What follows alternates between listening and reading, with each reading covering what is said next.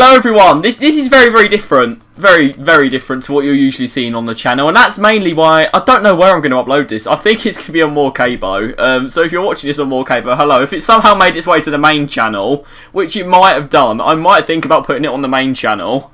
Hello. Good to see you all. But yeah, well, something very different. It's basically a podcast, but I don't know what I'm going to call it yet.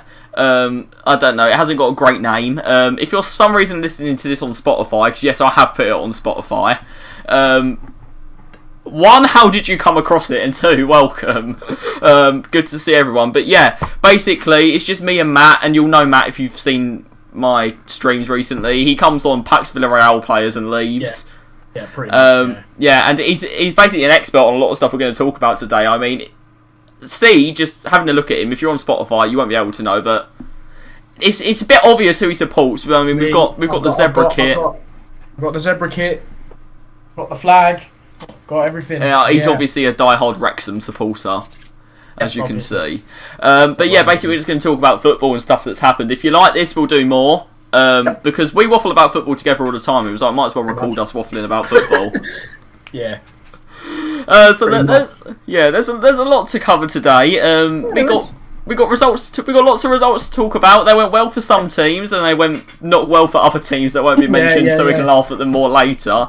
We're going to look ahead to the next week. We're going to talk about Man United's manager. An interesting story involving Emil Heskey is coming later on as well.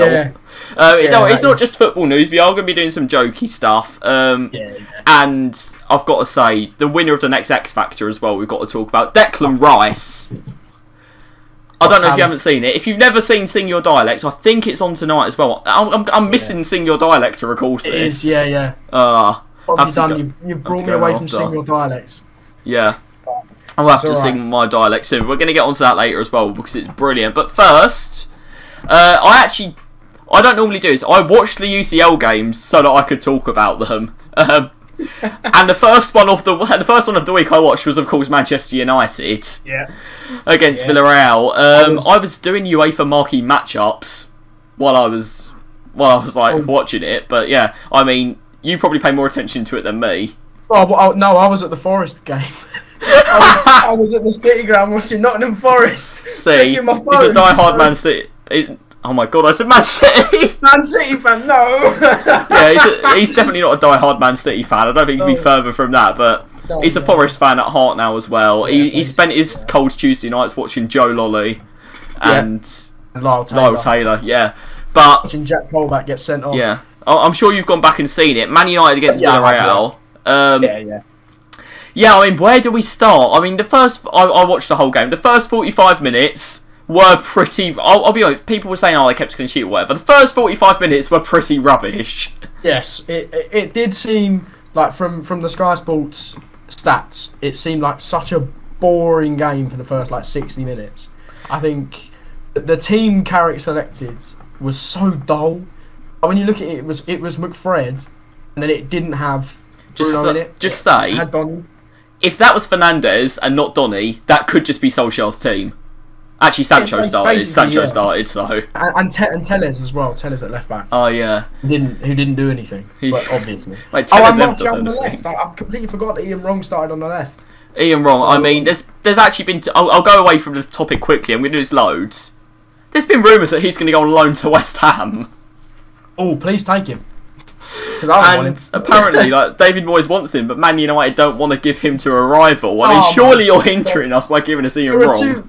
There are two questionable things. One, why does David Moyes want him? And two, why don't we want to sell him? I mean, at the same time, there's rumours that he wants Phil Jones on a free because Ogbonna's injured. We can do a double deal if you want.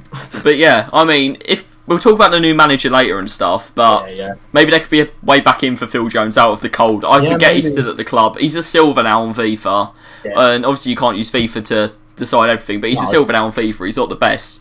But first 60 minutes, I feel like it could have been watching an Ollie team. There was no obvious difference. Yeah, I mean, when you change the front man, but you don't change the backstop, the people actually managing the team now are just the people that were coaching the team. There's no real difference. People that probably helped Ollie pick the team anyway, so it's not that much different. The same system, it's the same ideas. Carrick's tried to put his own little spin on it, personnel-wise, and it didn't work. Yeah, He brought off Martial for Rashford, and he brought off Donny for Bruno, and then we started playing football. Yeah, I think one thing that he wanted to do is he just wanted to start Donny so everyone focused on that and nothing else. Yeah. And he started Donny out of position. Because I don't know if you guys see him much. You probably don't because he never plays. But really. Donny van der Beek is not a cam. No, he's not. No. He played a little bit more kind of like that at Ajax, but that's because in their league games they're attacking the whole time. And then I think you guys remember he scored against Tottenham and he was in that Champions League run team, whatever. But for me, and I think for him mainly, he's not a cam. No. He's a bit more box to box. So he's like a progressive 8 or something in a double kind of midfield system. So the Man Matic next to him would be perfect. Like it's not if you're using Donny, it's not a double pivot, is it? No. And that's what you want to avoid now at Man United. Not on one. But yeah, we need to talk about the goals. Yeah. And the thing is, it was a moment of magic from Ronaldo, but it's also a bit of a gift. It is. Well, it's good from Fred, which is something... We never thought we'd say that. Yeah, I mean, I've been extremely critical of Fred. I've been more critical of Fred than I have of McTominay, but they're both not good. I've got to say, I used to back McTominay a lot. I thought he was a class player, and recently I can't back him anymore. Yeah, but it's good pressing from Fred to win the ball. It's falls to Ronaldo, and it's just a moment of magic. You know, it's what he does. He looks over his shoulder, keeper's off his line, like half volley or whatever it is. It's not. He makes it look easy. That technique is so difficult on the first touch. It's so nice, and you will know better than anyone. I can't chip a football to save my life. Oh yeah. It's just so nice, and this guy. I mean, he's 36 years old, but for some reason, the UCL, he just shines under those UCL lights. That could literally be 2013 Ronaldo, the way he plays in UCL. Unbelievable. Yeah. And then the second goal, to me, the second goal was more important. The second goal, I don't know if you guys have seen it, it's brilliant. For me, it's brilliant. It's such a satisfying goal to watch. So nice. There's the initial flick from Ronaldo into Fred. Fred again. Fred again. And then it's Rashford to Bruno. Looks like he's going to shoot. Rolls it off to Sancho. And the finish is unreal. I love ones that bounce in off the bar. Yeah. Like, he couldn't have placed it any better. And I think for him, because watching that game, Sancho was the only player I think that was really good for the whole 90. Obviously, Ronaldo just fades in and out of the game, but he's going to at his age. But Sancho looked bright the whole time. So him and De Gea were the only ones like the whole time. Seemed like they were really, really on it. And you can't discount De Gea's saves at 0-0. No, you can't. Like, people were saying Villarreal came for a point. In that first half, Villarreal were not there for a point. No. In that first half, from what I was looking at on Sky Sports, it was just saved by De Gea, then another save by De Gea, then a third save by De Gea. Yeah. It just felt like I've gone back and watched the highlights. And I mean, the one in the second half was unbelievable. Yeah, he makes like probably 3 or 4 unbelievable saves, and that's why I think at the moment he's probably second best goalkeeper in the league. Yeah, at least to Edouard Mendy. Yeah, only to Mendy. Yeah, and I think because he does so much more, you can argue that maybe he's actually better because he concedes goals when Mendy doesn't. But if you look at how much they save, he's completely up there. So that's a bit of a debate. Obviously, you guys can leave comments on this if you're watching it on YouTube. What do you think? Because don't get me wrong, Ederson and Alisson are class goalkeepers. I think Alisson was dodgy against us. Yeah, Alisson's been dodgy this year. I think Ederson never has enough to do for you to see him. To do half the time, so you can't really say he's the best keeper. And when you have the weaker defenders in front of him, somebody's Zach Steffen in goal because they're rotating, so you never get to see him make that many saves. But for me, I could argue.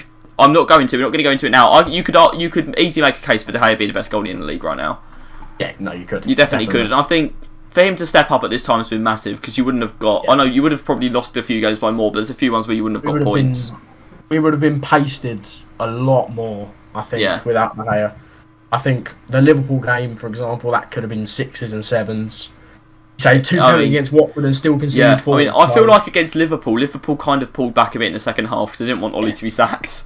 Yeah, once we got the sending off of Pogba, once he got sent off, they basically knew we weren't going to put up a challenge. The game was completely won. They just finished to play the game. So that's what they did, and that game was so demoralising. It was unreal. But that's a thing in the past. I want to mention Jaden Sancho because it's so he deserves good. It. It's so long since we've got to mention him for good reasons. Yeah, it's so good to see him on the goal sheet. Yeah. The finish is outstanding. And we'll come to this in a second, but Ralf Rangnick, the guy who's coming in as our interim manager, is like the godfather of German football. So I am who has played a lot in German football, that plays for Man United. To see Jaden Sancho playing German football in England. That's what he's good at. It's what he's good at. Exactly. So that's good. But we've got to talk about who he's going to be playing against on Sunday. We've got to talk about Chelsea. Yeah, we do. We just have to. I've got to say, that was... that was unbelievable. That was such an unbelievable performance. I was sat in the ground while that was going on. And they come over at half time and said, Chelsea are 3-0 up. I was like, oh no, they must be playing, the dodgy must team. Be playing mould. No, they're playing Juventus. What? Not playing mould managed by Ollie. Like, Trevor Chalobah at the back. Oh, he's so good. Unreal. Back five suits him so well because he gets to go forward a little bit too. Yeah. He reminds me so much of Tony Rudiger. I'm a big fan of him. It's just, you got to wonder how it took him so long to even get minutes for Chelsea. I know he's been out on loan a lot and that's what they do. Yeah. But he seems completely ready. He doesn't even seem like he needs time to settle in. He's just right in there and he's good. And Reece James is in the best form you've seen him in. And those Trent comparisons have got to be coming. Yeah, they have to be. I think they're already here. Yeah. I mean, you could definitely compare them. I think Trent's still better going forward than Reece James. Yeah, but Reece James. Considering Trent's done it for years, obviously. Yeah. But I think this season, Reece James has been excellent. Yeah. This season. I mean, if you picked a team of the season right now, Reece James would be the right back. Reece James gets in it. Yeah. I think. But my worry is that he's going to rinse Luke Shaw. That's my worry. For 90 minutes, he's going to be running at fat boy Luke Shaw. He's going to be running at Luke Shaw, and we're going to go into the issues at Man United more. But yeah, we are. But Luke Shaw. Yeah. And the thing is, looking at the game, Juventus didn't actually appear to be that bad. No. Attacking, they weren't brilliant, but defensively, they seemed to be torn apart by just a much better team. You don't expect to ever say that Juventus were just completely outclassed, but what was good as well to see from just a neutral standpoint is 3 Chelsea-made academy products scoring in the Champions League. 3 Chelsea products and a fortnight fan. You've got Chalobah, you've got Reece James, and you've got obviously Hudson-Odoi. They've all come through the academy, and I think if you're a Chelsea fan, you're probably quite proud of that. Yeah, I know, because Chelsea love their academy. Teams like Chelsea, I know West Ham are big on it. Man United haven't really had a proper good one apart from Rashford. It's coming back now. Yeah. We've got a couple of good academy players coming through now, but over the past couple of years, we haven't produced too much. I know you've signed him, so you're not really a proper academy product. Ahmad looks like the real deal. Yeah. There's a few. I think Alanga's a good player. Yeah. Jimmy Garner as well. Jimmy Garner, scouted him. Lovely. Nice and calm on the ball. That's what you want to see. Look better than McTominay. None of them are close to Declan Rice. Okay, that's all I'm saying. No. But not yet. I need to talk quickly, just because it was one of the best things I've watched. I need to talk more about Hudson-Odoi's goal. He didn't do that much for it. It reminded me of Arsenal's tiki-taka goal. There's just so many touches. Obviously, I don't think it's as good. I don't think we'll ever see a goal as good as that. But the one that Wilshere scored. But they had so many touches in the box, and it was just like they were cutting through stuff that wasn't. It's like Juventus. They could have been standing anywhere. They wouldn't have been able to stop it. It was just unbelievable. They just seemed to know where everyone was. There was a few little flicks in there. Ziyech actually impressed as well, but unbelievable. Unbelievable. That's all I can say. It was just so nice to watch. Like, I'm a neutral, and I was just sitting there. I literally just went, "Oh, what a goal!" Like it was a goal that my team had scored. It was so good to watch. Yeah, I feel like a lot of good goals were scored this Champions League. So obviously we've got our second. Well, both our goals actually were quite high quality. That Cullen Hudson-Odoi, I'm gonna have a look at that. Yeah, definitely. Because I need to have a look at that. And then I want to. It hurts to say this. I want to touch upon Liverpool quickly. Thiago. I want to talk about Thiago. Yeah, I thought it would be. That is outrageous from Thiago. It's about 30 yards. It got to be, 25, 30 yards out? Half volley. It's a nutmeg to start with, into side net. But the great thing about it skips off the ground. Yeah. If you look at it again, it actually skips off the ground just in front of the keeper. Has absolutely no hope in hell.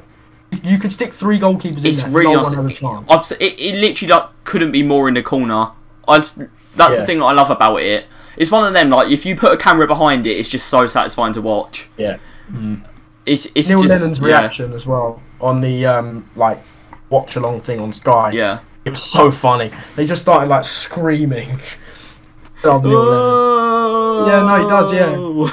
It's like the South American commentators. Go. Yeah, it's like that. It was Mate, so when funny. was that good? I wish that our commentators had a little bit more shout about them, just like, get a little bit more excited, because there's ones when you go back and you watch certain goals, it's like an amazing goal, and the commentator's just like, they're not like bored, they're just like, oh, it's a touch of class, but they're not like, what a goal, unbelievable, like when Rooney's overhead kick and stuff like that. What's that guy's name who does the La Liga? Is it Ray Hudson?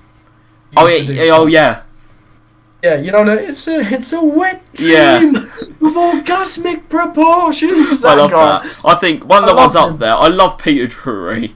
Like the Greek god in Rome, it's got to be one of the best lines ever. Yeah, Roma have risen from their ruins. Yeah. A Greek god in Rome. That's just, and I love the one I love as well is the shalabalalala. What about Harry Potter? Oh. That's a good one as well. I won't try and recreate it, but I don't know if you guys haven't seen it. I think it's Maguire scored a header against Chelsea, and the commentator just goes, Harry Potter with the goal.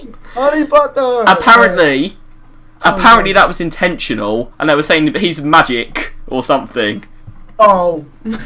Apparently it was intentional. I can't believe it was. Apparently it was a clever line. It wasn't just him shouting Harry Potter. I mean, he just made it seem like that, but yeah. We digress, but it was fun. We could do a whole 2-hour chat on just commentary lines. Just commentary. But I want to go back to the Champions League. We got to cover probably the last English team. I watched the whole game. City. This is the one that you've watched more of than I did. I missed some of it. Yeah. I can tell you it was... I'll be honest. I would be extremely worried if I would... Like, I'm worried about Chelsea. But you got City. Yeah. And we beat City in the Carabao. When I say City dominated PSG, I am not joking. They should have been so many more. They did not care that Messi, Neymar and Mbappe were standing at the other end of the pitch. No cares whatsoever. They just went forward. PSG looked their typical self as well, where they looked not naive, but like... They didn't look experienced. Inexperienced. I know what you mean. They've been at this level for like 10 years, and they still don't look like a big club. When they still don't have that mentality if they're going to win every game. They still look scared, especially when they get to the later stages. Because the amount of times they've been knocked out in the 16 or last 8. I know they got to semis last year. Yeah.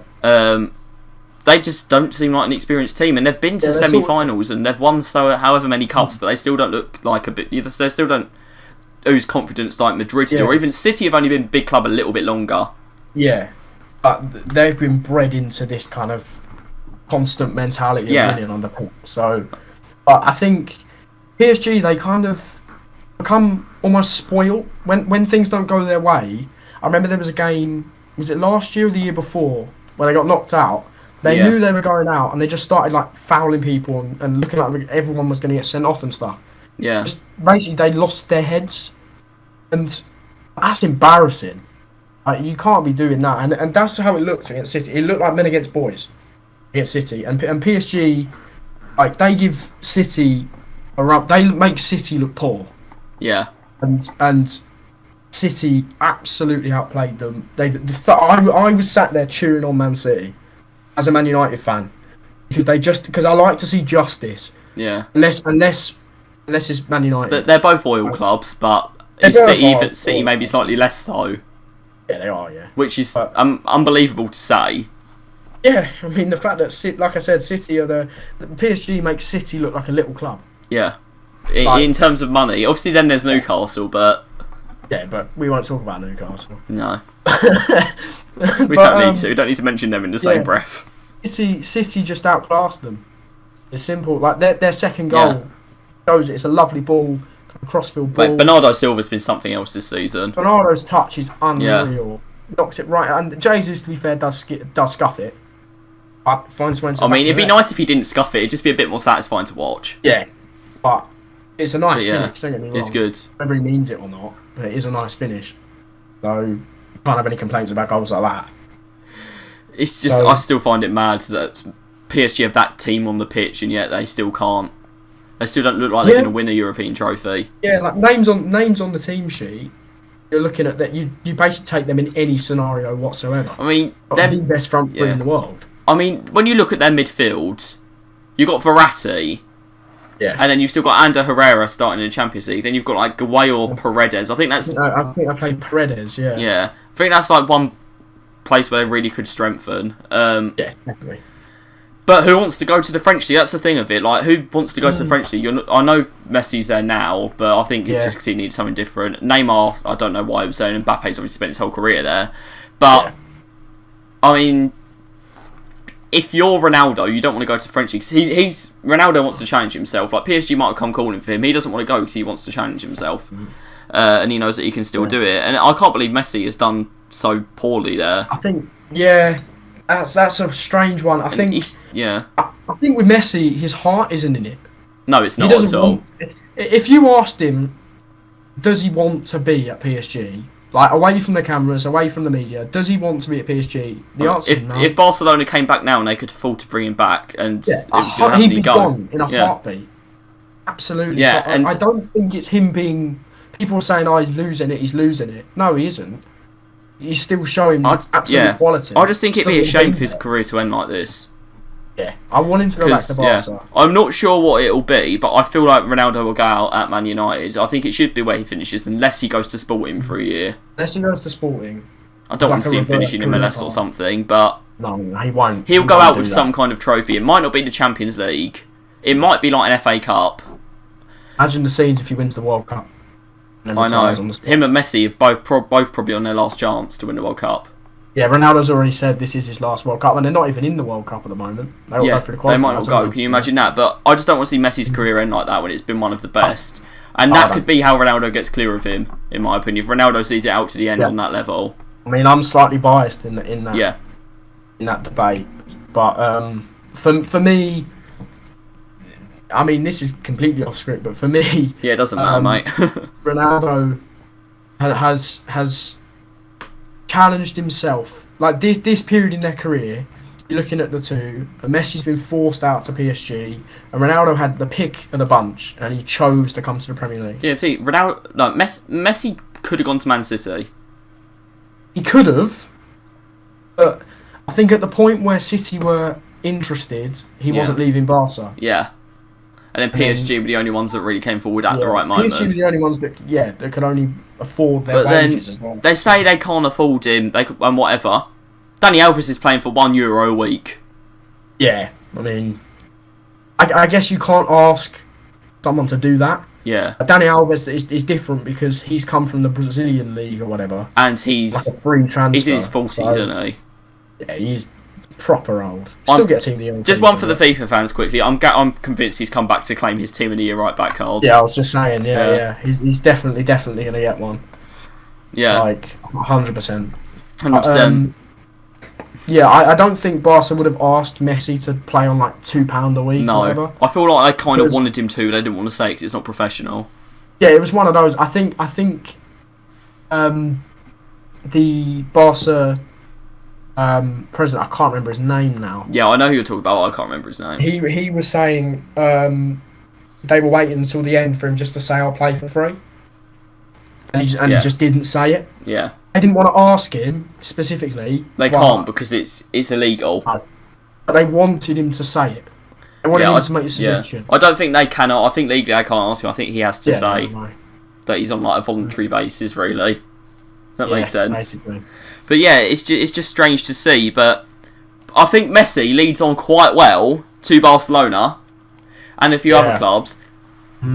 Barcelona look like they're going to be in Europa League. I know they're second right now, but it looks like they're going to be in Europa League. Yeah. I mean, who'd have thought that at the start of the season? And I've got to say, because we're recording this like after the West Ham game, we're through.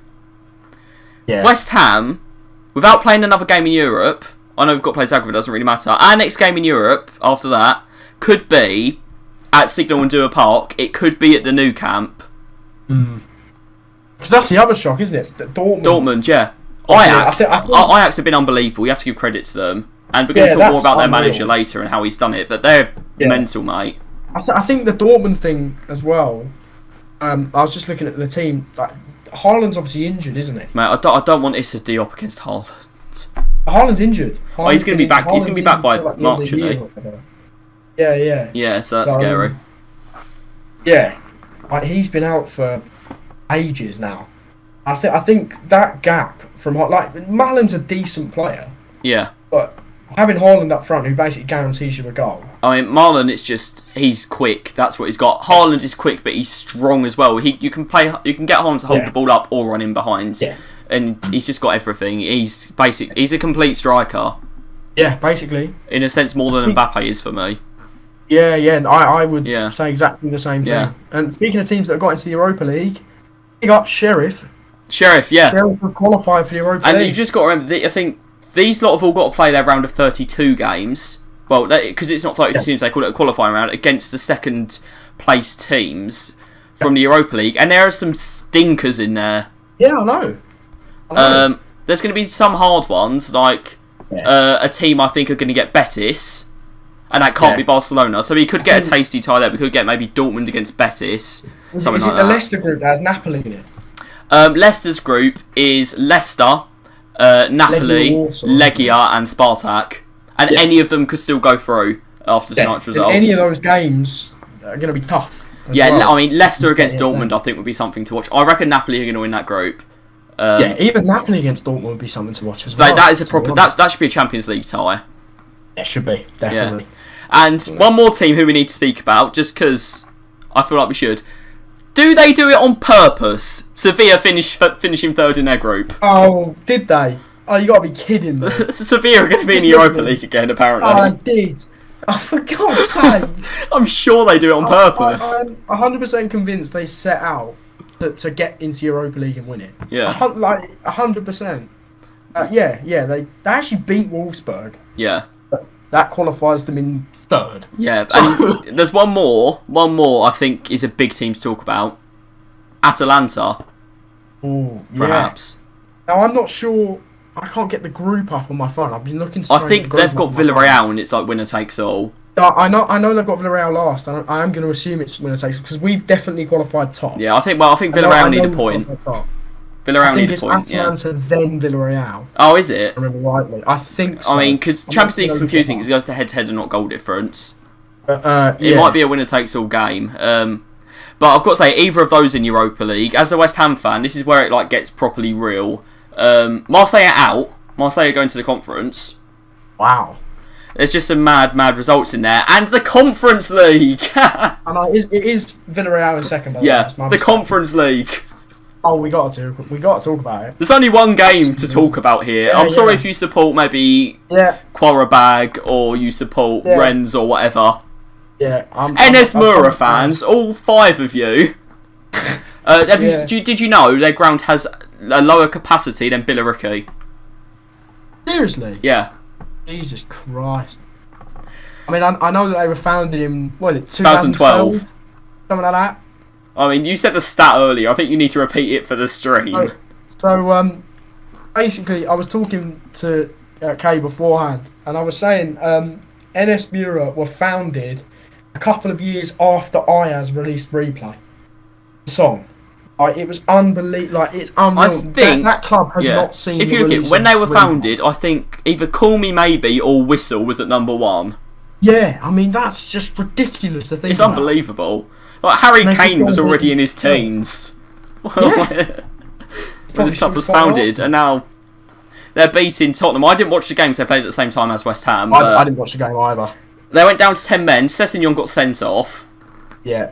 And the thing is, they pulled it back to 1-1. But with those players on the pitch, I don't care. You need to beat Murav, Harry Kane, Dele Alli, them kind of players on the pitch. I mean, Tanganga played. On the pitch. Some strong players played. They gave Galini a run out. In goal. But still, I mean, you'd expect to. You should be able to play the kids against a team like that. At the weekend, they've got Burnley. It's not like they've got City at the weekend. Yeah. No disrespect to Burnley. No disrespect to Burnley at all, but they shouldn't need to rest. Yeah. And they didn't rest, to be honest. The thing is, I would have rested because they beat Mura 5-1 last time. I would have had Kane on the bench.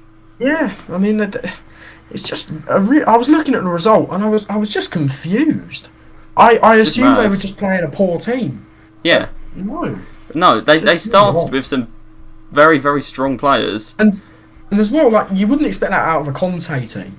And Yeah. I know it's early days for Yeah, Antonio but I Conte, think but he'd put still, his stamp on it right away, wouldn't he? yeah, like you wouldn't you'd expect them to be organised and not giving away chances to a team like NS Muir. And yes, they went down to 10 men relatively early.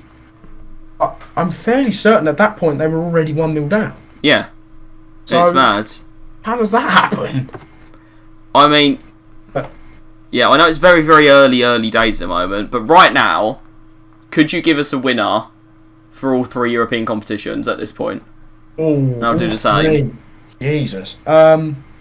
Considering who might drop down at the moment. Okay.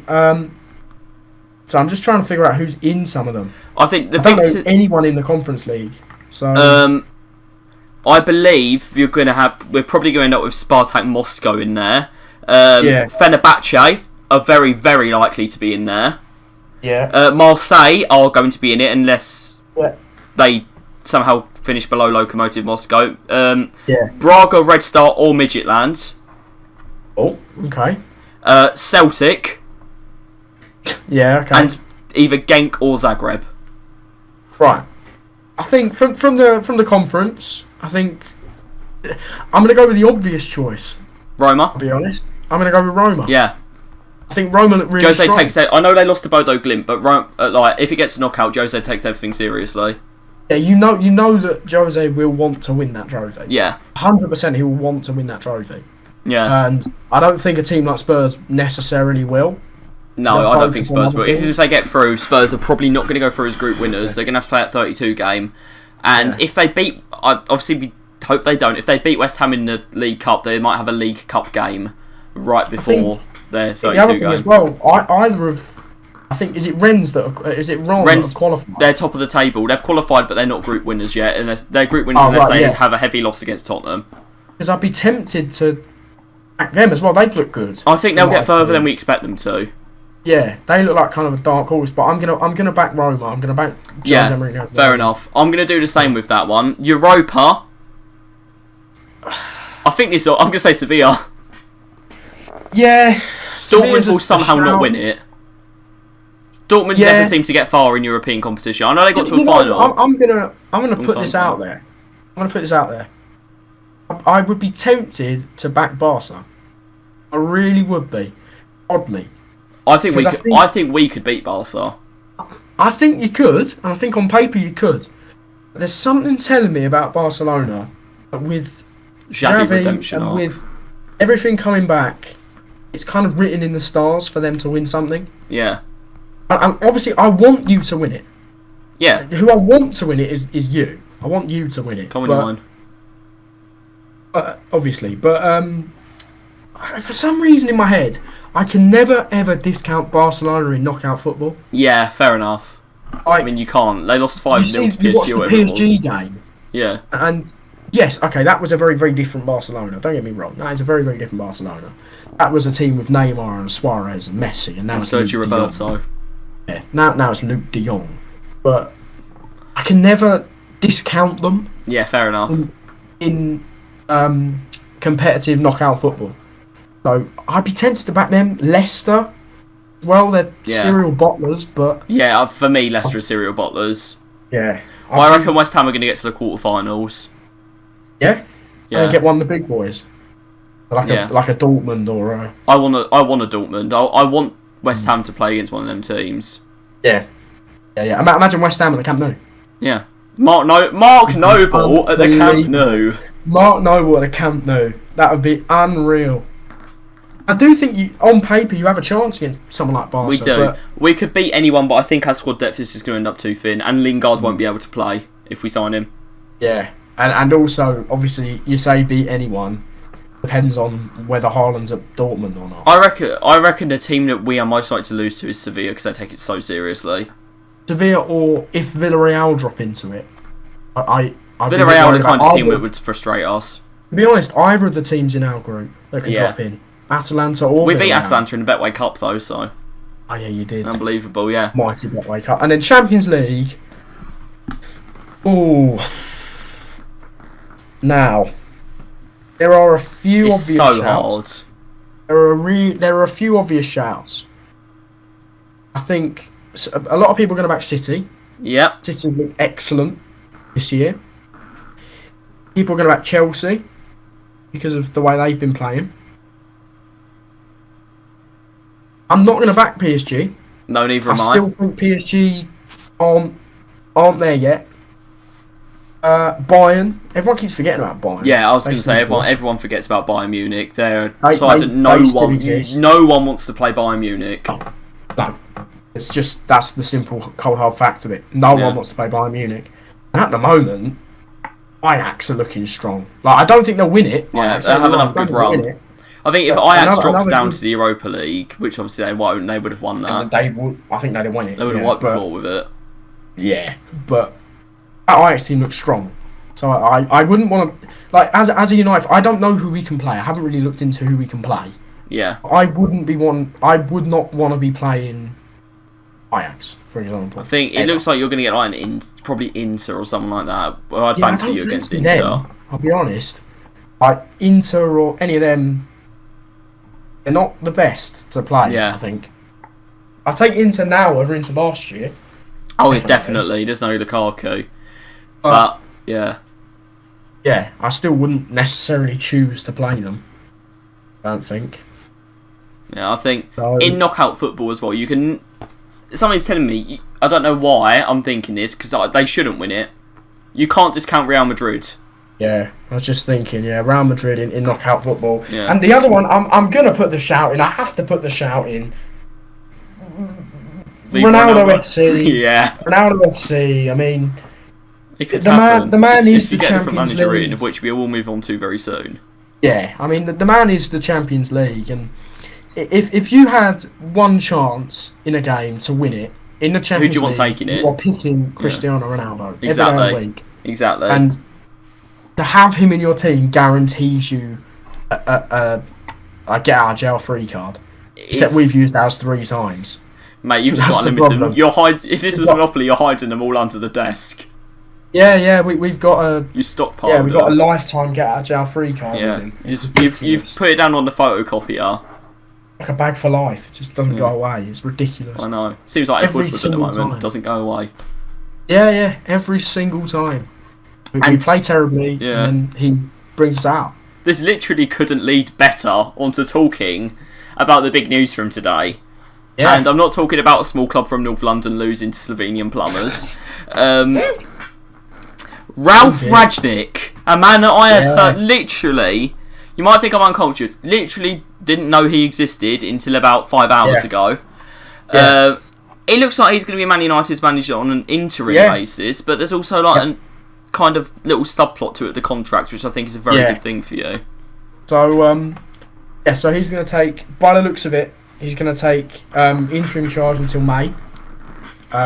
Carrick's going to be at the helm. Carrick at the wheel. Yeah. For Chelsea. Just for one more Just game. Overseas getting bashed by Is he going to get the Chelsea. 100% win percent? Is he going to get 100% win? No. I don't. No. It'll be like And the then, Ryan Mason stat against Pep. Yeah, I was just going to say that, yeah. That stat's still back. Why did they put that up?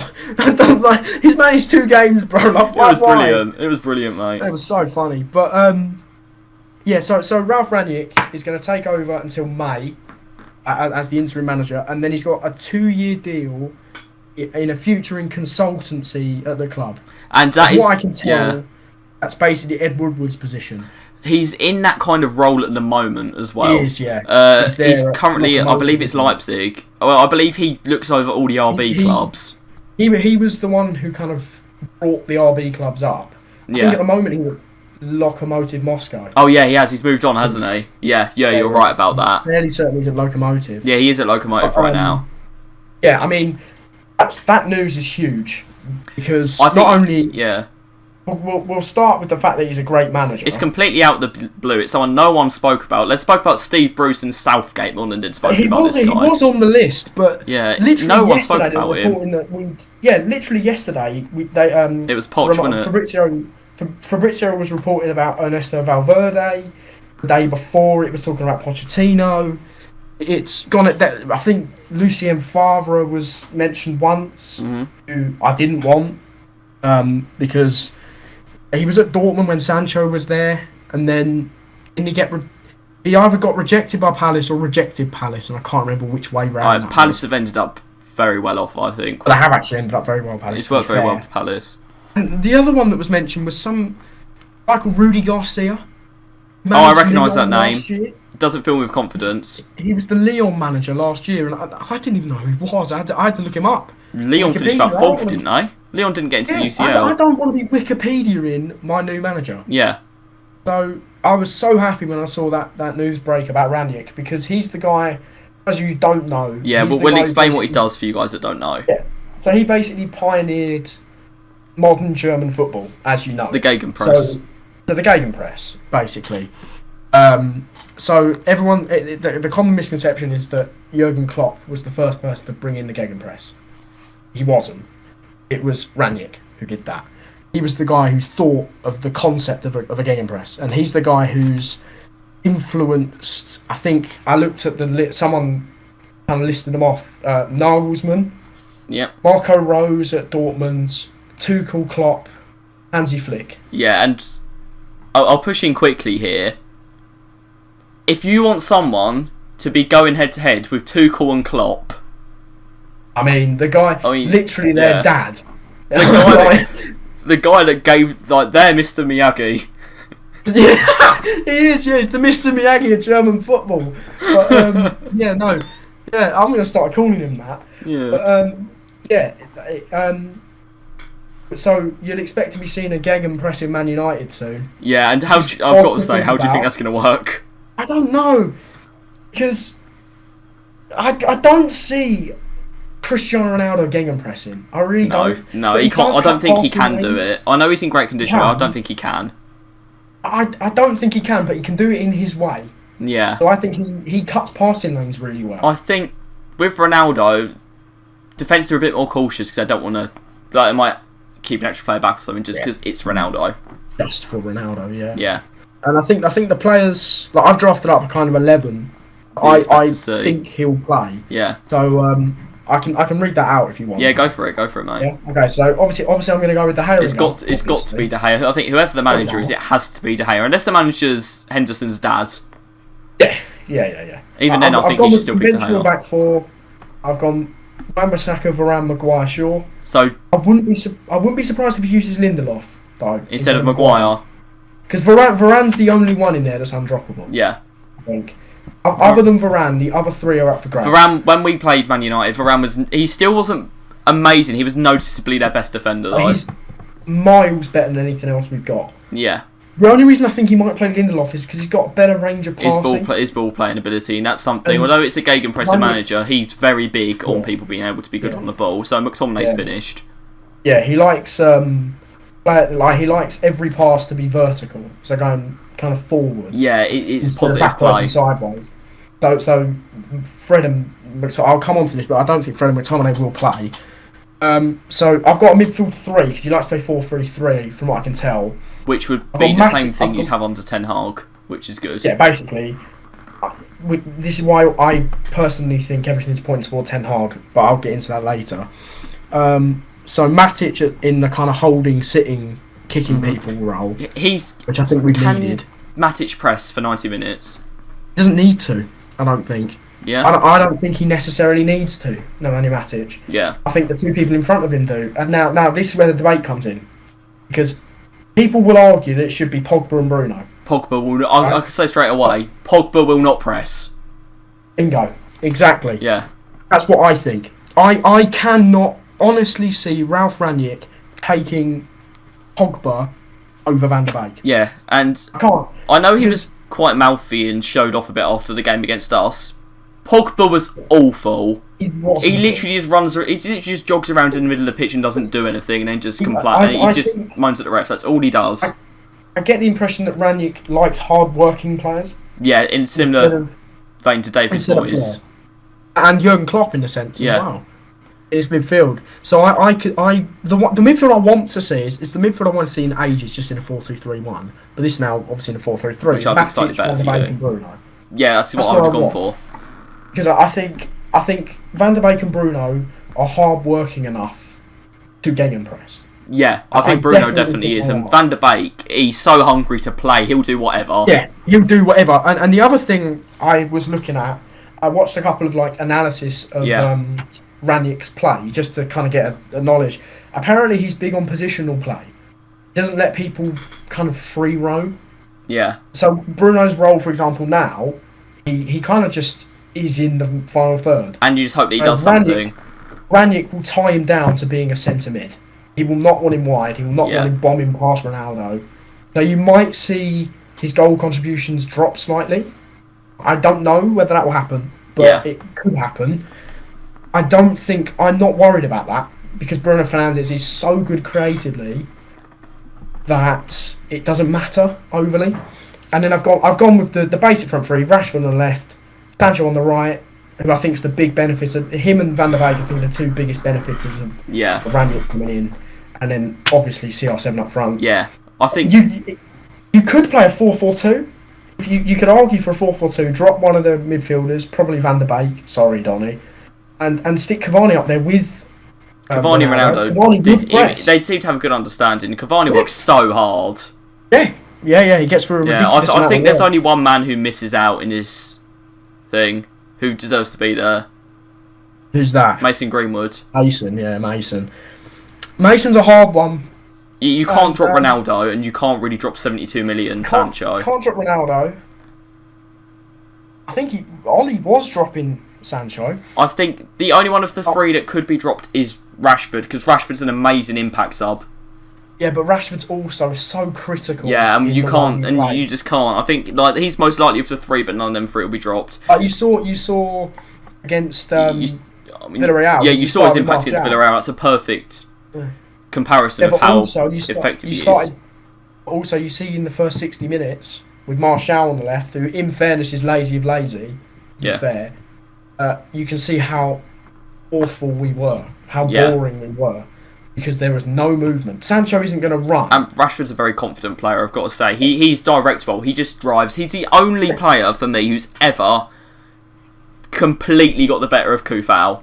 Yeah, I would argue that as well. Yeah. And that was early in him playing for West Ham. It was like when he'd been there for probably about 2 months. He probably I remember that game. Now, but that was Rashford was just so quick. When we play you, we start Johnson or Fredericks now because of that. Yeah. Because he's just too quick for Sufo, who is a very, very good right back, but he's just too quick for him. He is. He's unbelievable. People kind of forget about his skill a little bit, Rashford. I think he's still a brilliant player, and he still has his part to play for England as well. Yeah. The big benefit is, like I said, I think Van der Beek's a big benefit because I think he'll play more. Yeah, I think he was going to benefit whoever came in. I know Poch is a big admirer of him. I don't see Fred or McTominay playing. I don't think they can. I think they're the main issue with your team. I think Rangnick even more than Maguire. I think it will take 2 training sessions to tell that Fred is terrible. I don't think. Yeah. I don't think that will be. I think it's just. It's a bit annoying, really, for Man United fans. He picked this game to play well. Yeah, he did. He picked the Villarreal game to play well. As well as that, McTominay is a decent player. Not great by any means, but a decent player. Yeah. I think on his day, he's been poor this season, but last season he was pretty good. Other Man United fans have said to me he'd be brilliant at a Brentford or a Norwich. Yeah, he would be. Or even Newcastle. Yeah, but the only reason I don't see him playing, especially with McTominay, I see this. He barely plays a forward pass. Yeah, it's not what you want, is it? You want fast. That really suits Man United. Fast, getting up the pitch quickly, and it's all one-touch triangles and forward passing, which is lovely to watch. McTominay doesn't do that. And when you watch Fred and McTominay, they take an extra 2 touches that they don't need. Fred takes about an extra 3 touches, then takes a heavy touch and loses the ball. Yeah, exactly. Whereas Matic is a good enough footballer in himself. Yeah, Matic is a very good footballer. He just lacks a bit. A bit on the physical side, not in strength, but in mobility. Yes, he's basically a roundabout. Yes, he's a telephone box. I've heard before. He's ancient, but he's also a sound footballer, and much better than Fred McTominay. Yeah, he's the best of a crap bunch, really, and he also reads the game well. He has a good defensive position, he will just do anything for a manager. Yeah. If you tell Nemanja Matic to sit, he's a very professional man. He is, yeah, and I think Rangnick will like that. Yeah. Over Fred, who's just a bit of a pushover, I think. He but is. And the other benefits are obviously Jaden Sancho. Yeah. Now, Sancho obviously made his name in Germany.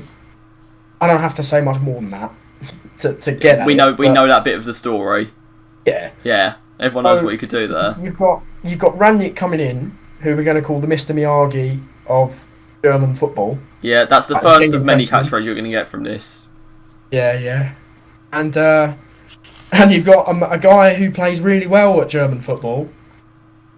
Thinking up, it makes me smile just thinking about it. Up. Because Sancho has been... Man was training at right wing back under Ollie. How? That's mental. How? You can't...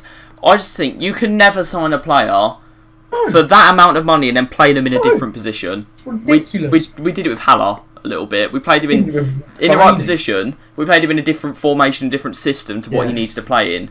And you can't if you spend that much money on a player, you can't be trying to shoehorn them into something else. Yeah, Moyes did it with Fellaini as well. Moyes brought in Fellaini as this like. It's bad that Fellaini actually kind of worked. Yeah, he played him as like an anti-10 at Everton. Yeah, brought him as a holding midfielder. He can't defend. Yeah, but with Sancho, obviously, this is going to be a style of football that he knows, a style of football that he can play in a position that he can play. So I am extremely excited to see that. Yeah. To see proper Jaden Sancho back. And after his first goal contribution as well, let's see. He tweeted months ago, "Scary hours," didn't he? And that kind of came back to bite him in the scariest of hours. Now, suddenly, we're starting to look a bit more scary. Yeah, he is. It's the scariest of hours, mate. I've got to say, but it is looking up for Man United. Just a few more things about Ralph. Yeah. I really just want to say it. Your coaching staff is now Ralph and Den, man. It is. You didn't have to say that. Oh, I did. I had to say that. But yeah, just a few more things about him. He has a history of being an interim manager. I believe there's only one club that he's managed for over 100 games, and I think it was either Hoffenheim or Schalke. He hasn't won anything, but he's done very well. He's taken Schalke to, I believe, the latter stages of the Champions League. He did win the Intertoto Cup, but it's not a major trophy. He had some high finishes, and as a fixing up manager, he's got teams finishing in the higher half of the table, and he's got all of them working hard, and he does seem to be very, very respected.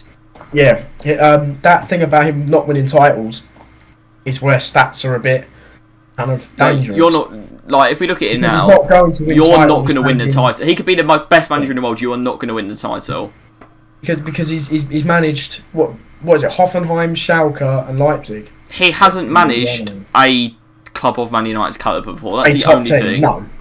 But at the moment, we're not Man United. We are a shambles at the moment. We sit in I don't even know. Where are we, 8th in the league? 9th in the league? Yeah, not brilliant. Like but we're third, so. Yeah, I know you're third. We're fourth. 8th in the league. We're below Spurs, who just lost to Mura. That tells a big story. Right? And, so we're going to win our group in the Champions League, and we're below the team that just lost to Mura. Yeah, but, I think that's going to change quite soon. They're still a mess with Conte. Yeah. We're a mess. And Rangnick is quite good at taking teams from the depths. So this is why I think he does work well as an interim manager. Yeah, and I think... He doesn't have to be there long. Yeah. He can, reorganise the team. And even if we don't win anything, I don't expect to win anything. I think I've got a feeling you're going to win the FA Cup. I'd love that. But I think, at the very, very, very least, we'll play some good football. Yeah. For some months. We'll have some entertaining months. And you'll get a bit of hard working nature back into these players. That's massive. The fact that he's a manager that plays attractive football, and yet he also is a manager that gets the hard work in.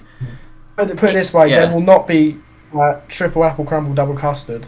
Yeah. He's going to cause... If he's going upstairs eventually as well, which I think is a very un-Man United move. It's too clever for Man United's balls to do a move like that. It's intelligent from Man United. You don't hear that very often. Yeah. But yeah, is a very, very clever move. Yeah, I mean, it means that if a new manager comes in, they might change some stuff. We'll talk about that new manager in a second. But if he starts putting in changes now, he can still carry on going through with his kind of projects, even if he's not the actual manager. He can implement a kind of ideology back at the club that we've lacked for 3 years. Which is big. And the thing is now, I bet you would take David Moyes now. I probably would. Yeah, it's mad. It's mad how the fortunes have changed since that time. Yeah. But just one more thing about him. His win percentages have been improving the better teams he's managed, which you'd expect. Yeah. But in his last stint at Leipzig, he had 58% win percentage. And remember, that doesn't mean you've lost 40% of your games. There's draws in there as well. Yeah. But again, It's not like if that's at Bayern Munich, that's bad. But it's a team. It was a team that at that time were transitioning from being mid-table to wanting to change for Champions League. He's taken a team that were kind of in the league, but barely. It's like what you'd expect to happen to Newcastle. I hope it doesn't. But and he's taken Leipzig to being consistently now in the Champions League. Yeah, and that's what we need. We just need a season of transition. It's exactly what we need, and then we'll get on to the new manager. Yeah, and once that new manager comes in, hopefully we can be at a good stage where we can start pushing forward again. Yeah, because this season's just a write-off for us, I think. It is, and I think before we talk about the manager, I want to change the subject a bit because I'm itching to talk about this, and Matt knows what it is. Declan Rice. Oh, for God's sake. I am currently missing Sing Your Dialect to be here. Yeah, if you guys don't know what it is, it's a Twitter space. And basically on Twitter you can like tune in like people just like talking. So we could be in a Twitter space right now talking, you could just like tune in and listen to us. And then like the owner can pick someone from like the audience to speak. And it started being used for like Bible studies or like I don't know, just things like it's like activism speech where you get people to speak. This guy called Jacob, just him and his followers, he started doing Sing Your Dialect on it. It was like X Factor. And it got to 50,000 people in the first night with Barack Obama, the Somalian embassy, which is the one that gets me, and then like Pieface, and mate, there were some massive people in there. Newcastle United were in there both times, but Declan Rice got in on night 2. With 50, I think it was about 70,000 people listening to him at some point, and he dropped an absolute banger, and I'm going to try and insert it now, but it was fire. Ready? Rice, baby. Rice, baby. Alright, stop. Collaborate and listen. Rice is back with a brand new invention. Something grabs a hold of me tightly. Flow like a harpoon daily and nightly. Will it ever stop, yo? I don't know. Turn off the lights and I'll glow. To the extreme, I rock a mic like a vandal. Light up a stage and wax a chump like a candle. Rush to speaker that booms. I'm killing your brain like a poisonous mushroom. Deadly. When I play a dope melody, anything less is the best is a felony. Love it or hate it, you better gangway. You better hit the bullseye, the kid don't play. And if there was a problem, yo, I'll solve it. Check out the hook while my DJ resolves it. Rice, baby. Dun, dun, dun, dun, dun, dun, dun, dun. Hopefully everyone's giving it a listen now, and hopefully I haven't been copyright struck because it sounds so much like the original. He'd been practicing. Yeah. I mean, it is. I'd arguably say it was better than the original Vanilla Ice version. It was. To be honest. And this is the bit I've been looking forward to because we can have a little game here. What? I didn't tell Matt about this. What? Alright. We'll do it for a few minutes. Give me a footballer, and then I'll have to tell you what they'd sing on Sing Your Dialect, and then we'll do it the other way round. I'll let you go first. I love this idea. Alright, I think a bit of Eric Dyer. Oh, Eric Dyer. Eric Dyer's going to be aggressive. I can see Eric Dyer doing heavy metal. Yeah, I can see that. I can see him being a fan of AC/DC or Metallica or something like that. Yeah. I think with him we'll get like a bit of Highway to Hell or something, or like he might do I Predict a Riot. He just seems aggressive. Tell you who I want to go on there.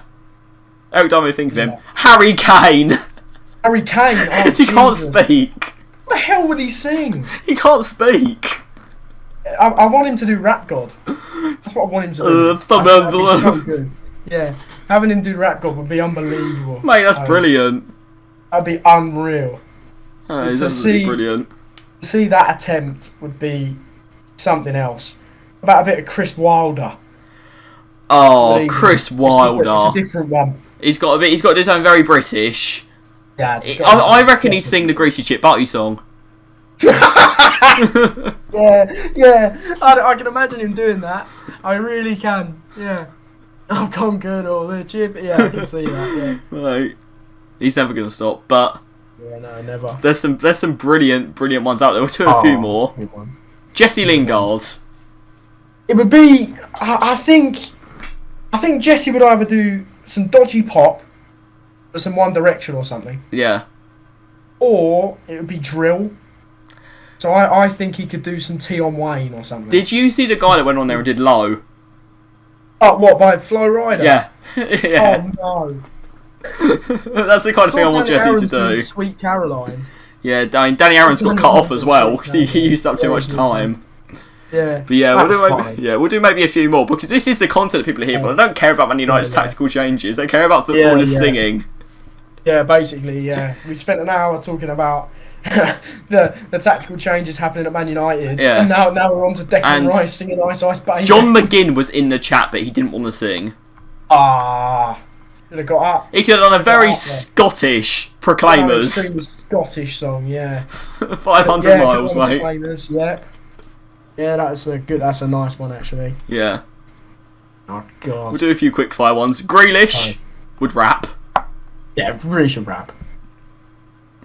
100%. I can see Antonio doing Mambo number 5.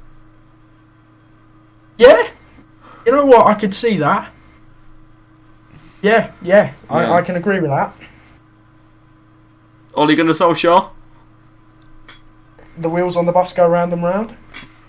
And now they're falling off. Yeah, now they've fallen off. The bus has been taken to the scrapyards. The bus has gone back to Norway. The bus has crashed. The bus has crashed and the driver's off to Norway. Yeah. Oh, God. Oh, see, this is the best bit. This is the content right here. Yeah, this is content. I'm trying to think of just one more absolute banger that we can put in. Phil Jones. Oh, Jesus Christ. What the hell? You don't know enough about him. Why do I have in my head he'd sing Living La Vida Loca?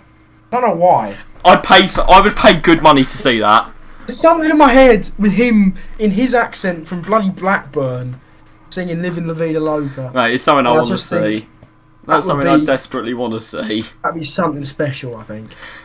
But yeah, we need comments on this. What would footballers do on Sing Your Dialects? Yeah, just go and do it. Yeah, just go and comment it. Because, I'll try and get on there one day. At the very least, we'll have a laugh reading through it. Yeah. It's class.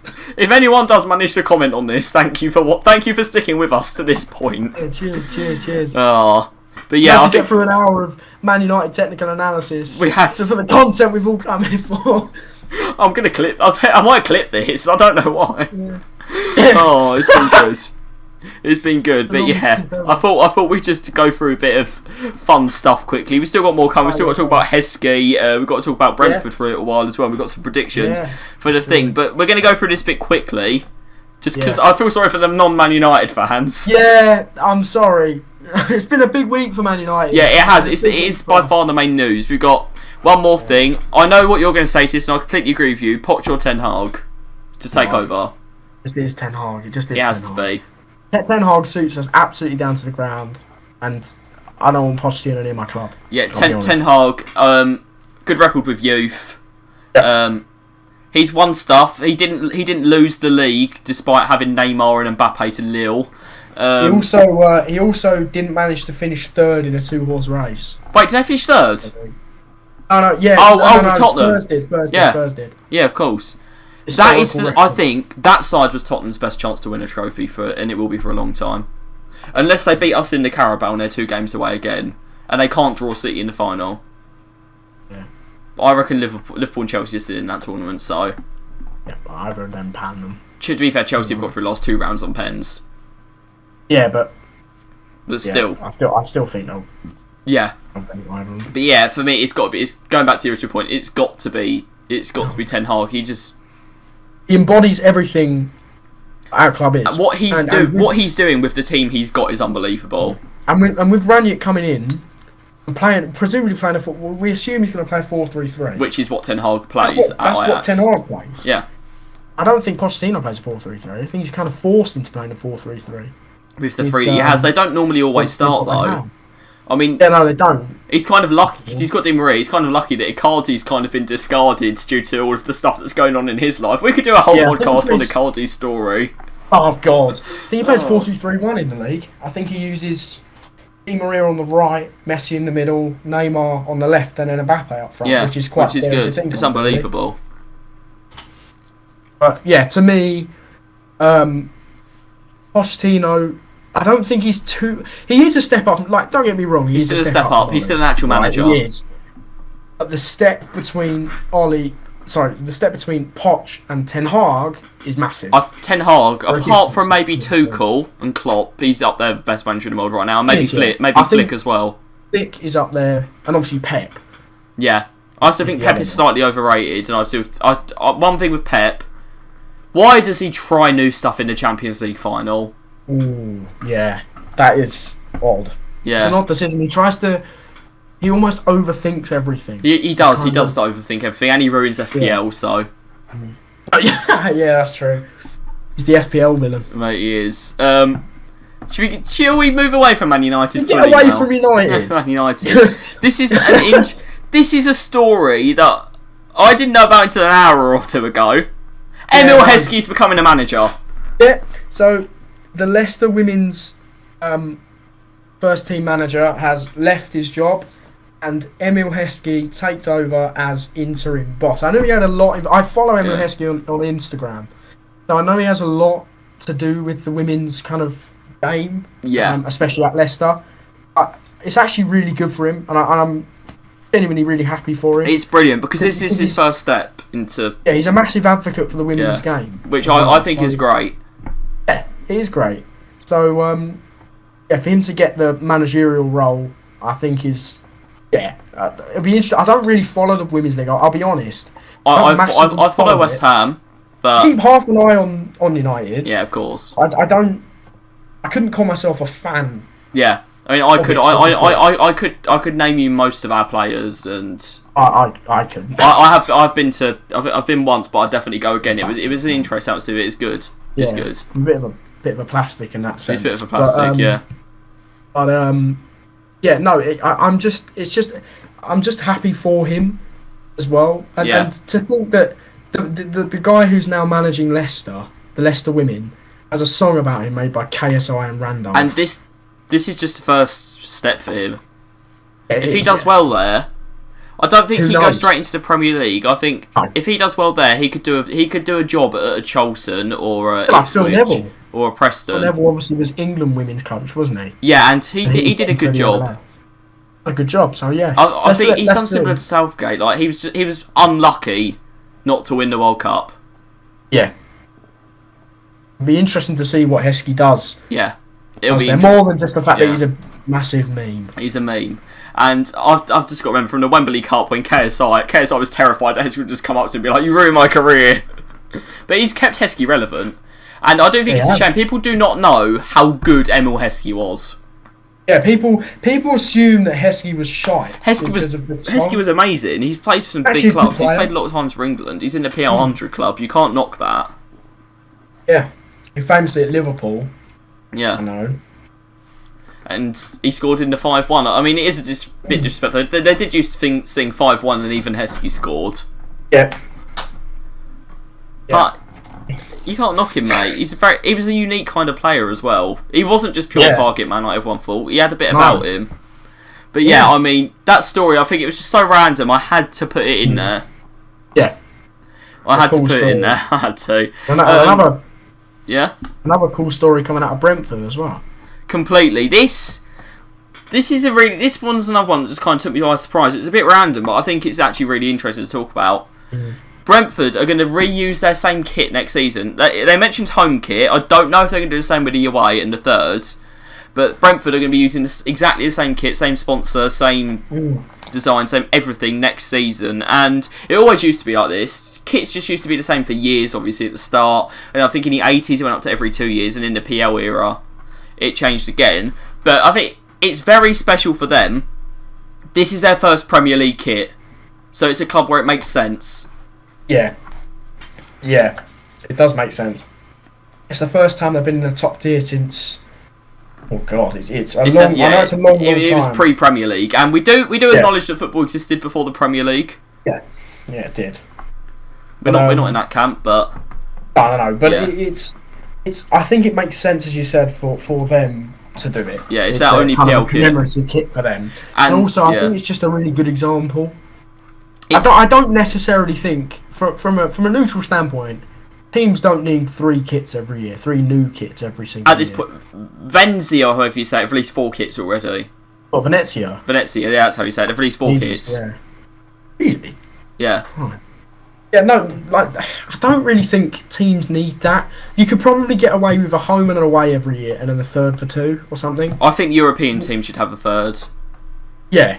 That makes sense. That's how you can implement that. We never wear our third. Our third's actually quite a nice kit, but we never wear it. We wear our third, but it is mostly in Europe. Yeah, we wear our third one's a dark blue. Last few seasons, we've only ever worn our third in the FA Cup. Is your third the black one this year? It's very, very dark. It's not completely black, but it's like very, very dark blue. Yeah, because you've got the. It's a nice kit. I like it. Yeah, you got the whitey light blue one. Yeah, like the Argentina style one. Yes, yeah, and then obviously and then we've got the Canio one. Then we've got the third kit.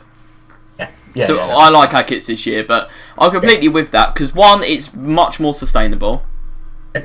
I still wear all my old kits. You guys will see if you ever watch my YouTube videos or streams. I wear my old kits all the time, even when I go. I'll just wear them on the days, and I like having players on the back now because it does remind. Like I know I'm going to wear them, and it reminds me of like absolute legends that have played for the club. Yeah. That's why I had to get a Mark Noble one. I absolutely had to. But yeah, it's easier on the fans' wallets as well. Yeah, it is, yeah. And I don't know if maybe they'll keep it more expensive for the 2 years because of that, but I think it is going to go down in price. And I know a lot of people that like picking up kits towards the end of the season. I think some people as well, like when the new season rolls around, people instantly disregard their old kits. You don't see enough people wearing. Yeah, there's a kit from last. I didn't get a kit last season. I didn't like any of them enough. There's a kit I really wish I had. Is that the black and gold? The black and gold one with Lingard on it. Lingard on it, yeah. I mean, I'm doing it now. I'm wearing iconic. My favourite kit in a white. I have my favourite shirt. I don't know why that just reminds me of Harry Maguire when I see that shirt. Reminds me of Cavani, mostly because I've got Cavani on the back of it. That makes sense. There's got 7 on it though. So, I mean, it was last season. Fair enough. Yeah. But have you got a Ronaldo shirt yet? I haven't yet. But I'm getting the dark blue one with Ronaldo 7 in yellow. So yeah. So I am getting a Ronaldo shirt. But yeah, no, it is good to have kits because they used to be for 2 years kits. Yeah. They definitely used to be for 2 years. Yeah, it used to be even more, but in the Premier League era, it's just changed. Yeah. It's just commercialised, really. We'll start getting a kit again. Money. Yeah, why not? It's good. I think it's classy from the club. I think it's good for the fans. It's good for the club. We've had quite a few clubs moving in the right direction recently. Yeah. We've had a lot of fan victories. We've had. I won't talk about this quickly. It's not particularly interesting, a bit more technical, but there's the fan-led kind of like football investigating thing, or whatever it's called, like the fan-led. Kind of governance of football is doing well. Safe standard is coming back, which is brilliant. Yeah. I rate it. I think safe standing areas and seating areas is the way forward. Is the way to go. Yeah. West Ham's away end. I think a lot of away ends have always had safe standing anyway. They have to because everyone in the away end stands up, unless it's City when they all sat down. But yeah, we're moving in the right direction with that. Was it the first ever carbon neutral game? Yeah. This season as well. Was that Chelsea? Spurs? It was Chelsea and Spurs. Yeah. Yeah. They should have picked City. It would have been so easy. Well, no, but they're royal, aren't they? That's true, but no one would have been around. Yeah, that's also true. I'm sorry, City fans. Apologies. Apologies to you. You logged on to the podcast or whatever this is, really. I don't even know. To laugh at Man United. Yeah, you've seen me in a United shirt. You're going to expect some slander. I said you supported Man City at one point. Yeah, that is true, and that's fairly obviously false. But we move. We do move, mate. Yeah, no, it's definitely a step in the right direction. Yeah, it's big. And Dortmund have done a few things now. Dortmund fan, I don't know what it is. It's just like a Dortmund fan thing, and they have actually a lot of power. They can vote for stuff. I think it's just like an official fan club. I think they've asked to never be sold to certain companies, and they've got like a fan vote thing, the 50+1 rule, and buying as well. They've kept their season tickets very, very low priced. Basically, Germany is a great model of how football should be done. None of them joined the Super League. There's a lot of fan control. They've had safe standing for years. They do a lot of stuff right over there that we could learn from. Definitely. Including their management techniques coming to Manchester very soon. There you go, ties in perfectly. Yeah, something I've been interested to hear about, and I think this is something we'll do every single time. We've got to talk about we won't talk about them in as much detail as the games that already happened. The games at the weekend. Yeah. Some score predictions, and I've done them in order of when they're going to be played. So I've got Arsenal against Newcastle first. I've done the same. Right, so I don't know. Maybe I'll do points on this somehow. I don't know. I was thinking like a point if you get the right result, 3 points if you get the correct score or something, and maybe we can do that. But what have you got for Arsenal Newcastle? I've gone 2-1 Arsenal. I think Newcastle with Eddie Howe. There'll be a bounce there, definitely. Yeah. You saw that in the 3-3 against, was it Brentford? Yeah. They drew 3-3 with. It's showing they can actually score goals. I think they're capable of scoring goals. I just think Arsenal have too much quality. Yeah. Up front with Smith Rowe and Saka. I don't think mine's going to happen, but I've gone for it anyway. I've gone with 3-0 to Arsenal. Wow. Yeah. I think Newcastle are up and down. After they play well, they tend to play badly. Yeah, I think with the new manager bounce, that's the only reason I've put. I think Arsenal are going to be on this bounce until they play a big team. Yes, yeah, definitely. No one feared Arsenal 4 games into the season, did they? Now I don't fancy playing Arsenal. I still think we could beat them, but I don't fancy Arsenal. I'm not going give us Arsenal now at the start of the season. I just think, as you said, they've just got too much. And I know you've gone with a closer result, and either could happen, but I think that is it. Arsenal have got too much. Yeah, I definitely do. The next game on my list, anyway, is Palace Villa. Yeah. I've gone for a 1-1 draw. So have I. In the two. Great minds. I think Palace have looked really good this year.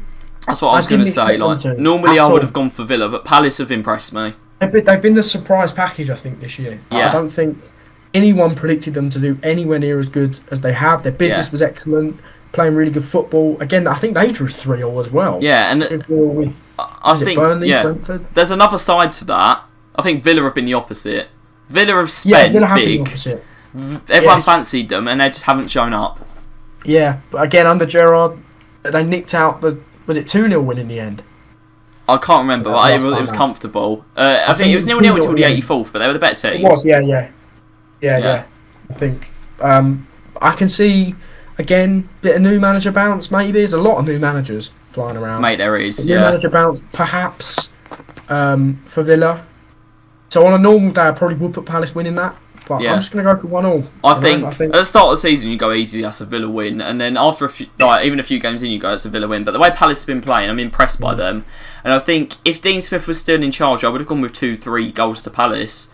I like Edouard. I like Gallagher a lot. I thought he impressed me for Brom last season as well. He scored twice against us. It was really annoying, but I like him anyway. But yeah, I just think that'll be an interesting game because I've not been a fan of the way Palace have played in recent years, and it's annoyed me that they've somehow stayed up, seeming to lose every week and playing awful football. Yeah. But now I don't mind them now. They're playing nice football, and I think it's good for their fans as well because they've sat through. So many just awful things, and now they actually get to see a bit of play. Even if they don't do well, they can take pride in the way they play football. Exactly. I think we're going to have the same team winning the next game. Yeah, I think it's fairly obvious. Yeah. On for Southampton. No. It'll be an easy Liverpool win, I think. Yeah. As much as it breaks my heart, I think it will be an easy Liverpool win. Southampton, I think they've won the last 2 games. They might have got a win and draw. Yeah. Can't completely remember. They were awful before that. They were poor. I think Adam Armstrong's been okay. Yeah, he's been okay, but he's not done defensively, they've been shocking. Yeah, they have. And you don't And they've expect that lost from Vestergaard, haven't Hassan. they? Yeah, and Hasenhüttl, you expect a lot better. I feel like whatever happens with Hasenhüttl, they'd never sack him. Man, they'd never sack him. He's lost 9-0. Twice. So, I mean, he's still there. So I think that's going to become like a seasonal thing. They just lose 9-0 once a year. 9-0. It could be 9-0 against Liverpool, to be honest. I haven't gone for 9-0. It could actually. Gone for 3. I'm annoyed I haven't gone for 9-0 now. I went for 2-0. Because I think Southampton are playing a bit better than they have. If I was a betting man, I would be tempted to put 20p or something on it being 9-0. Yeah. I don't endorse betting, by the way. Yeah, I think the next one's really interesting, actually. It's Norwich Wolves. Norwich Wolves. Yeah. It will be tight. It will be boring, I think. I've gone 1-0 Wolves. I just think, even though Norwich have a new manager, under Dean Smith, I just think Wolves, when you got that much quality on the pitch, one chance is I going to think fall Wolves have been way. really underappreciated this season. They've been going along very well. I think they're about 7th or 6th. I think Bruno Lag's done a really good job. I still don't know who he is, but he's doing a good job. Yeah, he's Portuguese, isn't he? Portuguese, isn't it? It's another Portuguese manager, isn't he? But when you've got like the likes of Raul Jimenez on the pitch, Ruben Diaz, João Moutinho. Ruben Diaz is not there, by the way. Hopefully. Sorry, Ruben Neves. Trincão's good. Adama to come off the bench. Yes. Unbelievable. Cody's looks a lot better. I thought Cody was pretty awful last year. Yep. Yeah. And they just look like a much better team than they did under Nuno. I think Nuno's finished as a manager now. Yeah. I think having that much quality, it's going to take one chance, I think. For someone like I went with 2-1 Wolves. I wish I'd gone with 2-0. I can't see Norwich scoring a goal. Yeah. I'm not sure. I just don't trust Norwich as a team. No. I just think Norwich as a team are a bit easy to beat. Yeah, they are. I wish I'm going to change. I might change that. No, I've got to stick with what I put down. I kind of want to change it to 2-0. I'm going to stick with what I put down now. Say 2-1 to Wolves. Maybe there'll be a penalty to Norwich or something. Now this game, oh boy, this is going to be interesting. Brighton Leeds. So Brighton started so well this year. Unbelievably. Now they've just picked up draws. Yeah, and Leeds have started shockingly. I think with Leeds, you've got to remember the injuries. Yeah, that's true. And I watched the Leeds game against Spurs. Yeah. Leeds looked really good. They looked excellent, actually, against Spurs, to be honest. So I've got a 1-1 draw. I've got Leeds getting something.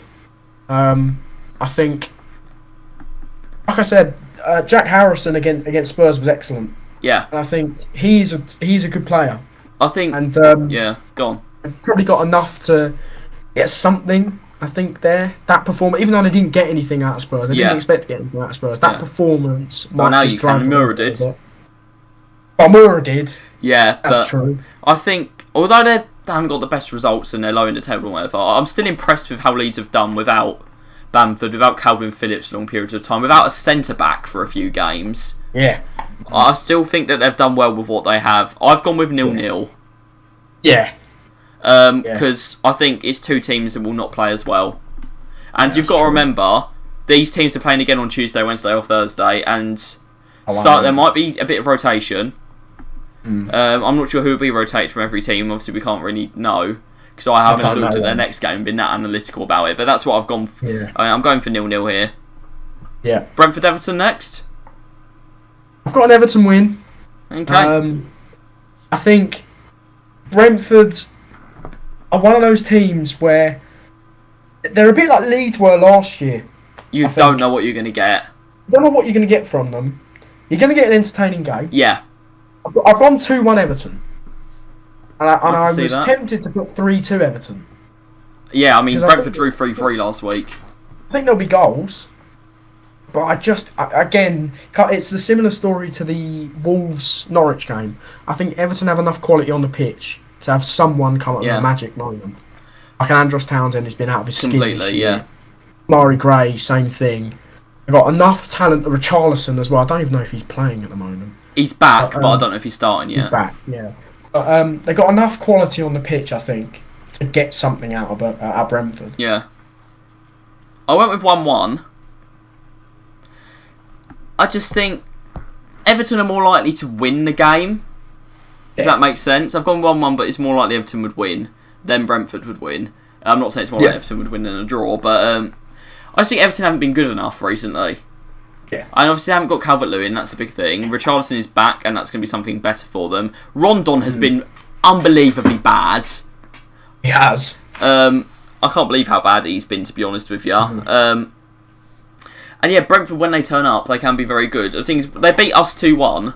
They did not play how I expected them to play.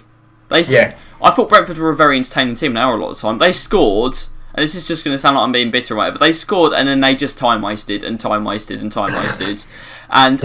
it surprised me because I didn't think that was how Brentford played football. No. I don't know if maybe certain games they just play differently. Maybe it was your gargantuan size. Maybe that was I don't know if that was just maybe a worked out game plan for West Ham to be like getting stuff done quickly and whatever. They just wanted to interrupt the momentum. Whatever it was, it worked perfectly. So fair play to them. They scored the goals to have themselves in the position to time waste. So fair enough. But I think you don't. It's another part of the thing, and everyone's just going to hear my chair moving there, and it's going to be loud and painful for the ears. But you don't know what even play style you're going to get with Brentford. But yeah, I've just gone with 1-1. I think it's a bit of a safe result. Yeah. Oh. I might change my result. Yeah? I might change my result on this one. Fair enough. They're not locked in, mate. Because I wrote this before the Moura game. So I've got written down on my sheet 2-0 Spurs. I'm going to stick with mine.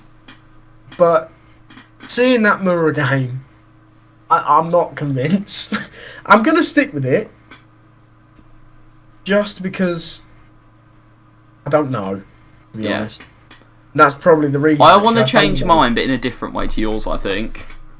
I don't know what I'm going to get from them with Spurs. I went with 1-0 to Tottenham. Yeah. So I thought they'd struggle. But now they've lost to Moura, I don't know if they'll win 2 or 3 just because Conte needs the reaction out of them. Yeah. And I don't think Son played tonight. I'll be honest, I'm not. This isn't one of the games I've bookmarked to watch. No, Burnley definitely not. Will do what Burnley always do. Yeah. And Spurs under Conte are defensive. Yeah. So it could be quite boring. I think 1-0 could happen. Spurs don't ever seem to win by many goals. No. I mean, they squeezed past Leeds. They've got a lot of 1-0s this season. And to be fair, even last season, they had a lot of 1-0s against the likes of Sheffield and West Brom and teams like that. So you just don't know what you're going to get. I've gone with 1-0. The next one, I don't think you're going to agree with me at all. This is my one that's out there. Leicester against Watford. I don't know what to think. Yeah. I've changed this prediction about 3 times. Because I just don't know what I'm getting out of either of these teams.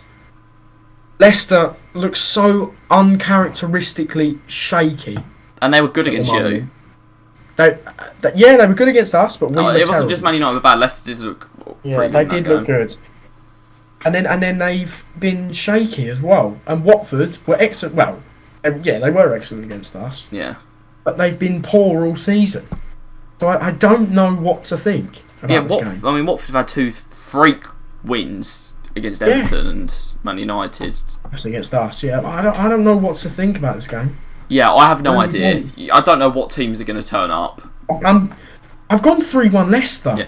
I don't know why. This game could go 4-0 either way. It could be. Yeah. If one team doesn't show up, it could be. I honestly don't know why I've done this, but I've gone with 2-0 to Watford. I can't believe you've done this. I don't know why. I don't know why I've even done it.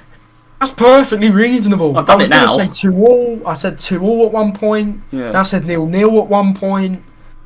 I've gone with Leicester winning. The cycling GK's not conceding for me. Yeah, in a decent way, I've gone with Leicester winning. Mate, I think that game could go anywhere. Yeah. Leicester need a win. Yeah. Desperately need a win, and that could be entertaining. That game. Yeah. I'll tell you, that could be entertaining. Can we get the next one over with quickly, please? Yeah, go. Yeah, 2-0 to Man City against West Ham. I've gone 3-1. I guess we could score. I don't think they'll score 3 against us. See, I watched the PSG game. I think they'll be comfortable. I'll be honest. They could do to you what they did to us. Yeah. My be 2-0 winning control. My prediction for the game is that they'll go 2-0 up, control it, and you'll get a goal off a corner or something. Yeah. Right? And then they'll have to score again. Yeah. They'll just go out and score again. Just go, we have to score again. Okay, there we go, 3-1. Yeah, alright then, bosh. Yeah. But against PSG, they were genuinely scary to watch. Completely. They were cutting through PSG like they weren't there. So, and then can we just get the other one over and done with? 3-0 to Chelsea against Man United. I've gone 4-1. 4-1 against your own team. I've Ronaldo gone goal? Ronaldo goal? Probably. Yeah. Or Jaden, or Donny, or anyone. I don't care. I think if you get anything from that game, that'd be massive. It'd be a miracle. It wouldn't be massive, Yeah. it'd be a miracle. A Christmas miracle, I think. It'd be Because unbelievable. it'd be unreal to get anything out of that game. Chelsea have just whacked Juve 4-0, Mate, and we are worse Chelsea than didn't even Juventus. get out of second gear against Juve. And we are worse than Juventus. And we don't have Harry I Maguire don't think back. We Villarreal... don't have our captain. Villarreal did test your defence a bit, but they didn't test it as much as they could have. Yeah. And It's that's Bailly with, like, and Lindelof, isn't it? There's nothing else you can play, unless Jones that's it. plays. That's all we can play. That is the only defensive... Unless you want to stick Phil Jones in there, yeah. Like... but Phil Jones against Timo Werner is not something I need to see. Yeah, it might even be Romelu. Well, I don't know. Oh, It God, might be. I'm not to think about it. Okay. That's going to be painful. Yeah, I've gone 4-1. I've just gone 4-1. There's no reason to explain it. I've just gone 4-1. Yeah, I just think they're miles too good. They're miles too good. Yeah. Tuchel will know exactly how to beat us. Because our system is so predictable. Unless we start playing like a 5-2-1-2 or something. Something very different. Up front, or something really weird. Yeah. Do a Pep Guardiola. Mate, that could work actually. Cavani and Ronaldo. Huh? Cavani and Ronaldo. And then you could have Bruno, and then you've got Donny and Matic, and you've got the 5. I think Cavani's marginally injured. is the other thing. So he's still better than Martial. Martial on the gegenpress. Yeah. That'd be interesting. And I don't think it's going to be any gegenpressing on Sunday. Oh yeah, that'd be the least. When Ronaldo is the more likely to press of the front two. And he's 36. That is saying something. That is bad. Yeah. But I don't expect anything. If we score, I'll be happy. And if we can keep it, if we can make a good game of it, if we can score... That's what I think the performance is more important than the result for you. Yeah, because I don't expect to get anything. At Stamford Bridge, I expect to get one. I think if you lose 2-1 but you play well, people can just go, Chelsea are good. I expect to get absolutely whacked, I'll be honest. I don't expect anything less than at least 3. Mm-hmm. That's my prediction. Fair enough. Pretty much. Maybe we'll nick a goal with a bit of Ronaldo brilliance or something. Yeah. Bruno long shot or something like that. You never know. Rashford free kick at the Bridge. Maybe. But now we'll go and win. That's the thing. That's the thing with us. We'll go and win now. Yeah. Who was it? Gary Neville about years ago said odd bunch. That still applies. It's ridiculous. Yeah. We could go and win. I don't know. It's impossible to predict. And but yeah, I think we'll get whacked. Fair enough. And there you go. I think we covered everything there. Sorry? Just to be clear, this is not a Man United fan channel. Oh, sorry. It's just the big news for today. But if you've got anything you want us to cover, any little fun games you want us to play involving dialects and rice babies, just let us know in the comments, okay? Let me know if you enjoyed this. It's out on Spotify for anyone that didn't know. If you're watching it on Spotify, it's also out on YouTube. I don't know what channel on yet because it's the first one. It might even go on the main. No ideas. I go on the main. Can you imagine if this ends up on the main? This is just... It does on the main. the content levels. Content, yeah. Mate, but yeah, I've thoroughly enjoyed it. Thank you very much for coming on. Do you want your socials linked below or anything, or? You can do if you want. You should start, mate. You should start a Twitter. You should start using Twitter. I need to get Twitter. I'll start Twitter. Start tweeting about Man United Start ratioing Goldbridge. Yeah, why not? Yeah. Yeah, I'll get my socials in there and stuff. But yeah, thank you very much. Matt will be here all the time, okay? I'm not just going to sit here on my own sometimes. If you don't like me, apologies, but I'm here. Yeah, he's here to stay. Matt is back, man. He's back. I'm back. Put the contract down. Let him write whatever. Mate, you're not getting paid for this. Oh. I'm off. If it goes on the main, I might have to do like 20p ad revenue. Let's go. No, thanks for having me. No problem. I've really enjoyed it. It has to be said. Yeah, it's been good. It's been absolutely class, in the words of Pieface. Yeah. But yeah, thank you everyone for watching. Thank you to Matt for being here. Thank you to Man United for being a shambles of a club and giving us a lot to talk about. I love my club. And yeah, hopefully we'll see you again soon. I don't know when, maybe next week, maybe in 2 weeks, but bye. Yeah.